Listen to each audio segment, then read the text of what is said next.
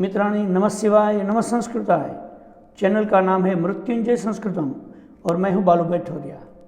मित्रों, प्रारंभ में आप सबसे एक निवेदन है, मेरी इस मृत्युंजय संस्कृतम चैनल को आप सब्सक्राइब कीजिए, लाइक कीजिए और जो संस्कृत प्रेमी लोग हैं उनको आप शेयर कीजिए। आइए हमारा अभ्यास की शुरुआत करते हैं। पिछले पाठ में हमने मातृका पाठ का अभ्यास शुरू किया था। मातृका पाठ यानी कि वर्णमाला, उसमें हमने पिछले वीडियो में स्वर के बारे में और स्वर के भेद के बारे में देखे। मातृका पाठ में 13 स्वर है। अ, आ, ई, उ, रु, लृ, ए, ऐ, ओ, औ इति स्वराः। ये स्वर है। स्वयं राजन्ते इति स्वरः, ये बात हमने जान ली है। और स्वर के भेद के बारे में भी हमने पिछले वीडियो में देखी कि स्वर का हमने 4 भेद की बात हमने समझी है। ह्रस्व एकमात्र जितने समय में बोले जाने वाले स्वर ह्रस्व है वो 5 है। अ, ई, उ, रु, लृ। बाद में दीर्घ स्वर यानी कि 2 मात्रिक जितने काल में जो स्वर का उच्चारण होता है वो स्वर दीर्घ है। आ, ई, उ, रु, ये 4 दीर्घ स्वर है। बाद में गुण और वृद्धि, ये पाणिनि ने दी हुई स्वर की संज्ञा है। गुण में 3 स्वर गुण है, अ, ए और ओ, ये तीनों गुण है। और वृद्धि संज्ञा है आ, ए और औ, ये 3 की वृद्धि संज्ञा अष्टाध्यायी में दी गई है। अब हम आगे चलते हैं। मातृका पाठ में आगे जो व्यंजनों है उसका हम अभ्यास करेंगे। सबसे पहले देखिए, मातृका पाठ में जो व्यंजन है उनका 3 प्रकार दिया गया है। क, ख, ग, घ, अं, च, छ, ज, झ, ञ, च, ठ, ड, ढ, ण, त, थ, द, ध, न, प, फ, ब, भ, म इति स्पर्शाः। ये 25 व्यंजनों को स्पर्श वर्ण कहते हैं। बाद में य, र, ल, व इति अंतस्थाः।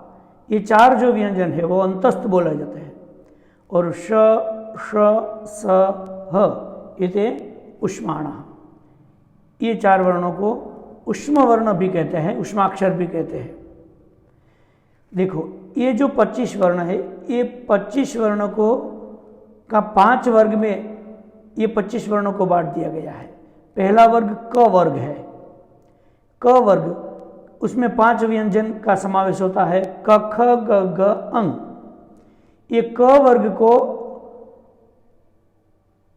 हम कु भी कह सकते हैं। कु, कु में समावेश होगा क, ख, ग, घ और अंग। बाद में आएगा च वर्ग, उसको हम कहेंगे चू। ट वर्ग, उसके लिए टू। त वर्ग के लिए तू और प वर्ग के लिए पू। तो कुल मिलाकर 5 वर्ग में ये 25 स्पर्श वर्णों को बांट दिया गया है। कु, चू, टू, तू, पू इति स्पर्शाः। ये 25 वर्ण इसमें आ जाएगा। इसको स्पर्श वर्ण क्यों कहते हैं?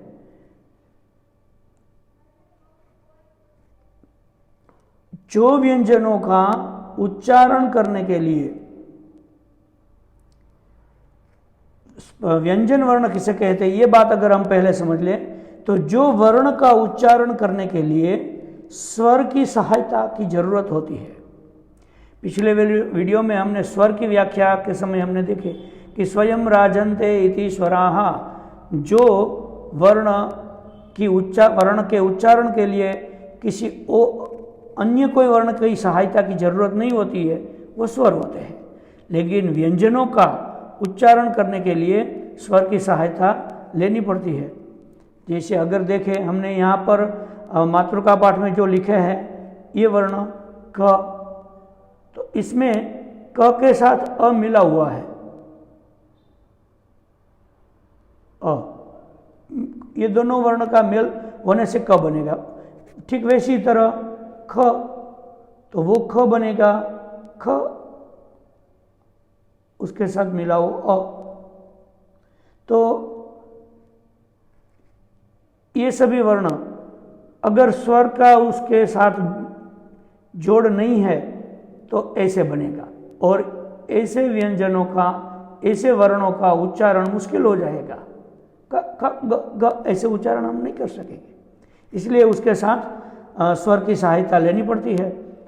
तो जो वर्ण स्वर की सहायता से उच्चारित होता है उन सभी वर्णों को हम व्यंजनानि कहेंगे। व्यंजनानि, व्यंजनानि। ये व्यंजनों को तीन भाग में बांट दिया गया है। पहला भाग है स्पर्शः, स्पर्श वर्ण है। स्पर्श वर्ण 25 है। कु चु टु तु पु, कख ग घ अंग, चछ जझञ, टठ ड ढण, तथ द धन, पफ बभ म। ये सभी वर्णों को स्पर्श क्यों कहा जाता है? तो ये वर्णों का उच्चारण करने के लिए मुख गुहा में जिह्वा को या दोनों ओष्ठ को या कंठ के स्नायु को स्पर्श करना पड़ता है। इसलिए इन 25 वर्णों को स्पर्श कहा जाता है। आप कहेंगे कि वो कैसे? चलिए देखते हैं। लीजिए च वर्ग को, च, और आप बोलिए भी और महसूस कीजिए। च छ ज ज ञ। देखिए, इन वर्णों का उच्चारण करने के लिए हमारी जो जिह्वा है वो तालु में स्पर्श करती है ऊपर की ओर। च, छ। बाद में आएगा ट वर्ण, ट वर्ग। उसका ठीक से आप उच्चारण करके देखिए। ट ठ ड ढ ण। फिर से ट ठ ड ढ ण। देखिए, ये ट वर्ग के जो वर्ण है इनका उच्चारण करने के लिए हमारी जिह्वा पूरी तरह से पीछे की ओर चली जाती है, और पीछे के बाद जिसको हम मूर्धा कहेंगे वो मूर्धा की ओर स्पर्श करेगी। बाद में आएगा त वर्ग। तो देखिए, त वर्ग के वर्णों का उच्चारण मैं करता हूं, बाद में आप भी कीजिए। तथ द द न। फिर से तथ द द न। देखिए, इस वक्त हमारी जिह्वा हमारे दांत को स्पर्श करती है। तो ये तीनों वर्ग में चू, टू और तू, ये तीनों वर्ग में मुख गुहा में हमारी जिह्वा कहीं न कहीं स्थान पर स्पर्श करती है। बाद में आएंगे प वर्ग, पु। आप ये देखिए उच्चारण करके, प फ ब भ म। देखिए, ये प वर्ग के जो 5 व्यंजन है इनके उच्चारण के पहले ही हमारे दोनों ओठ एक दूसरे के साथ जुड़ जाते हैं, दोनों ओठ का स्पर्श होता है प।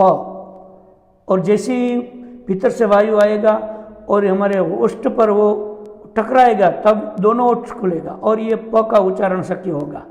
ये 5 वर्णों में दोनों ओठ का स्पर्श होता है।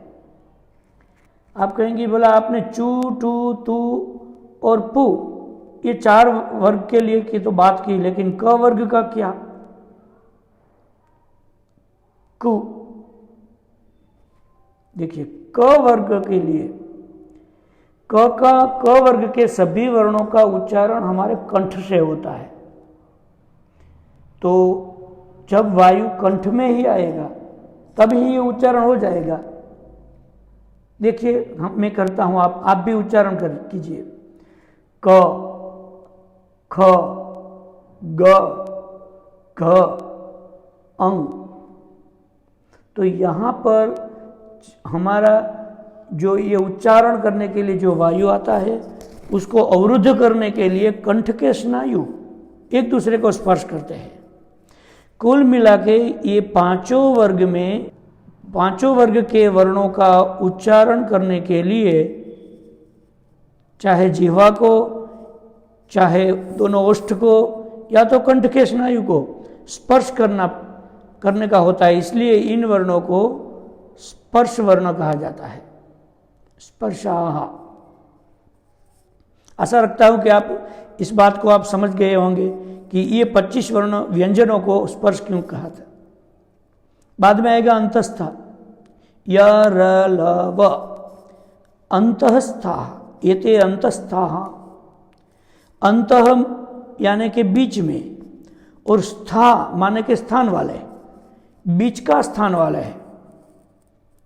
वैसे तो मातृका पाठ में हम देखते ही हैं कि ये जो वर्ण है वो उसके ऊपर स्पर्श वर्ण है और नीचे ऊष्मा वर्ण है, तो वो बीच वाला तो हुआ ही। लेकिन ये जो अंतस्थ वर्ण है वो स्वर का भी गुण ये अंतस्थ वर्ण में है और व्यंजन का भी गुण है। व्यंजनम, ये दोनों भेद का जो गुण है उसको ये अंतस्थ वर्ण धारण करते हैं, इसलिए इसको स्वर और व्यंजन दोनों के बीच वाला भी माना जाता है। अगर ठीक से समझना है तो देखो कहीं पर स्वर संधि होगी, जैसे कि पचामी अन्नम, इस संधि में मी के पीछे ई लगा है और बाद में अ आता है, तो स्वर संधि के हिसाब से, यण संधि के हिसाब से ये ई का य हो जाता है। तो ये य ने ई जो स्वर है उसका स्थान ले लिया, तो ये अंतस्थ वर्ण जो चार हैं वो चारों अंतस्थ वर्ण स्वर और व्यंजन दोनों का गुण धारण करते हैं, इसलिए इसको अंतस्थः कहा जाता है। बाद में तीसरा भेद है ऊष्माण, श श श ह, ये ऊष्माण है। ऊष्माण माने ऊष्माक्षर, माने कि गर्म वर्ण है। ये वर्णों का उच्चारण करने के वक्त मुंह में से गर्म वायु निकलता है। अन्य सभी वर्णों के उच्चारण के वक्त जो वायु निकलता है उसके हिसाब से ये श श स ह, ये वर्णों का उच्चारण के वक्त वायु की गर्मी की मात्रा ज़्यादा होती है, इसलिए ये गर्म वायु, गर्म वर्ण है, तो उसको संस्कृत में ऊष्मन कहा जाता है। ऊष्मन, और उसका प्रथमा एक वचन बनेगा ऊष्मा। तो अगर एक वर्ण है श कैसा, तो वह ऊष्मा है। और अगर ये चारों वर्ण की बात करनी है तो उसका बहुवचन हो जाएगा, तो ऊष्मन उसका बहुवचन हो जाएगा ऊष्माणः। ऊष्माणः। मित्रों, यहाँ तक हमने व्यंजनों का भेद, तीन प्रकार का तीन भेद देखे। स्पर्शाः, अंतस्थाः, ऊष्माणः। कख गग अंग, चछ जजञ, ठठ ढण, तथ दधन, पफ बभम, एते स्पर्शाः। दूसरा भेद है य र ल व, एते अंतस्थाः। श श स ह, एते ऊष्माणः। आशा करता हूँ कि ये व्यंजनों के तीनों भेद के बारे में आप ठीक तरह से जान गए होंगे। वीडियो को दोबारा देख के आप इस बात को दृढ़ कीजिए। आगे ये व्यंजनों का जो भेद है उसके और कुछ भेद के बारे में हम फिर से मिलेंगे। नमः शिवाय, नमः संस्कृताय।